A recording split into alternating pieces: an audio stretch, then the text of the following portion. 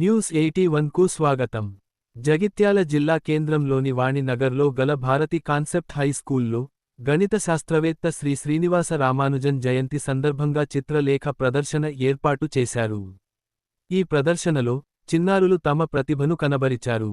ఈ సందర్భంగా Bharati concept high school ప్రధానోపాధ్యాయురాలు Shri Lakshmi మాట్లాడుతూ, గణిత శాస్త్రవేత్త శ్రీ శ్రీనివాస రామానుజన్ మన భారతదేశంలో జన్మించడం మన అదృష్టంగా భావిస్తున్నానని అన్నారు.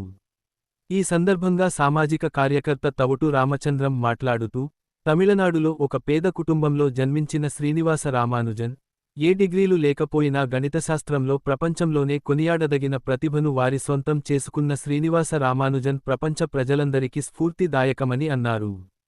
ఈనాడు కార్యక్రమంలో భారతి కాన్సెప్ట్ హై స్కూల్ ప్రధానోపాధ్యాయురాలు శ్రీలక్ష్మి, స్కూల్ అధినేత రామారావు, సామాజిక కార్యకర్త తవుటు రామచంద్రం, పాఠశాల ఉపాధ్యాయులు పాల్గొన్నారు. Least even number is 2 and greatest even number is 100. Class, my exhibit name is fractions. But fraction means fraction is represent whole number or equal division written as numerator and denominator divided into 2 parts. Again this divided into 10 parts also. Sir, my name is Vivek. I am studying in 7th class. My exhibit name is Geometry Park. This is types of quadrilateral, square, rhombus, rectangle, parallelogram, spherical, trapezium. These types of triangles, equilateral triangle. Equilateral triangle has 3 sides. Same perimeter of rectangle, 2 of length plus length. Perimeter of square, 4 into side. Perimeter of triangle, 3 into side. Has no end point in segment. This is ray. Has only one end point in length. I am studying in 8th class. My exhibit name is 3D shapes. 3D shapes also called 3-dimensional shapes. There are have 3-dimensional shapes: length, breadth, and height. My name is Shani. We are from 8th class. Our project name is shapes and formulas. So select which shape formula do you want? Sorry. The formula is the light is red. If the formula is red. Good morning, sir. I am from 6th class. My project name is divisibility. Divisibility is 2. The last digit is 0. Divisible by 3. The sum of divisible by 8. The number is divisible by 3 digits. Good morning, sir. My name is Nadia. I am studying 7th class. My exhibit name is parallelogram model. Square area, x square, rectangle area, length into breadth, parallelogram area, breadth into height, trapezium area, 1/2 into a plus b into height. Good morning. My name is Anika, studying first class. My project is shapes, triangle, square, rectangle, circle, cylinder, dime. Sir, I am studying in 6th class. My exhibit name is 2D shapes: square, triangle, rectangle, octagon, pentagon, rhombus, semi-square, kite, circle. 6th class. My exhibit name is area of circle. The area of circle is the measurement of the two shapes under curves within its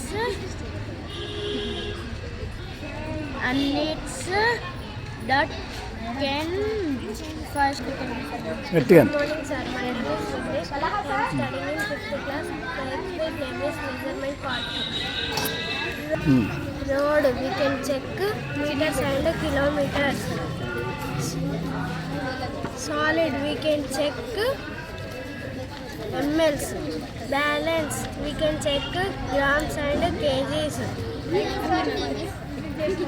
Kilograms, centigrams, milligrams, grams. In section, my exhibit name is data handling. This is bar graph. This is pictograph. This is pie chart. Bar graph. Bar graph is in the bar graph You take number between 1 to 31, any number, think in your mind. Good morning, sir. My name is Frederica. I'm studying in 7th class. My exhibit name is types of circles. Circle, semicircle, radius. My name is Jimena. Studying in 7th class.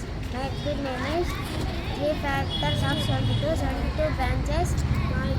9, 8 is 72. 9 branches. 3 is 9. 8 branches. Good morning, everyone. My name is Moksha. Studying in 2nd class. Today, my exhibit name is math meanings.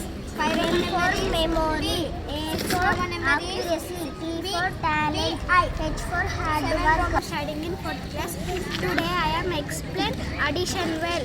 5 plus 3 8. 7 plus 6 13. 8 plus 9 17. 9 plus 10 19. My name is Sarah. I am studying in 4th class. Today I am explaining Roman numbers. 1 Roman number is I. 2 Roman number is I. 3 Roman number is I. 4 Roman number. My project name is addition 3. 7 plus 2 9. I am studying in 1st class.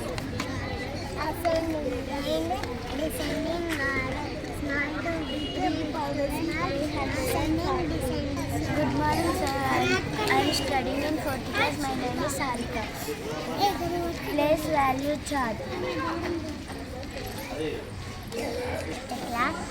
My project is multiplication. 2 1 2 2 2 5 10 2 6 2 2 7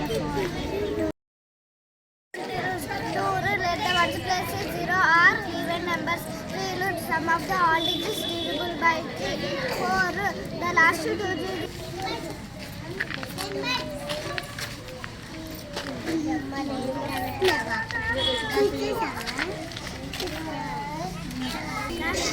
My name is Sandhya. I am studying in 5th class. My name is Jessica. My project is types of fractions. Unit fraction. Fraction minus CT, selling price minus cost price. Duty is a loss.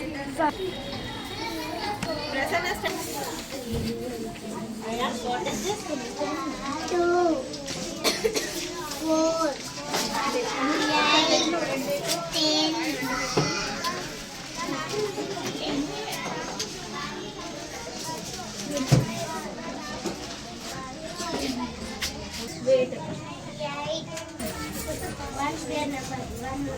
ఈ అమ్మాయి princi sir first class చదువుతుంది Bharat high school లోపల.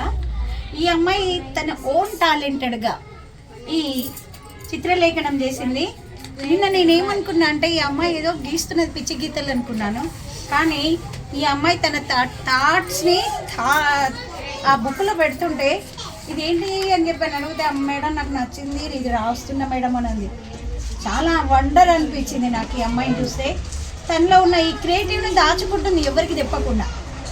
అయితే drawing మా స్కూల్లో competition అయిపోయింది. ఆ రోజు ఈ అమ్మాయి యాబ్సెంట్, లేకపోతే అదే రోజు ఈ అమ్మాయి నా కళ్ళల్లో పడేది.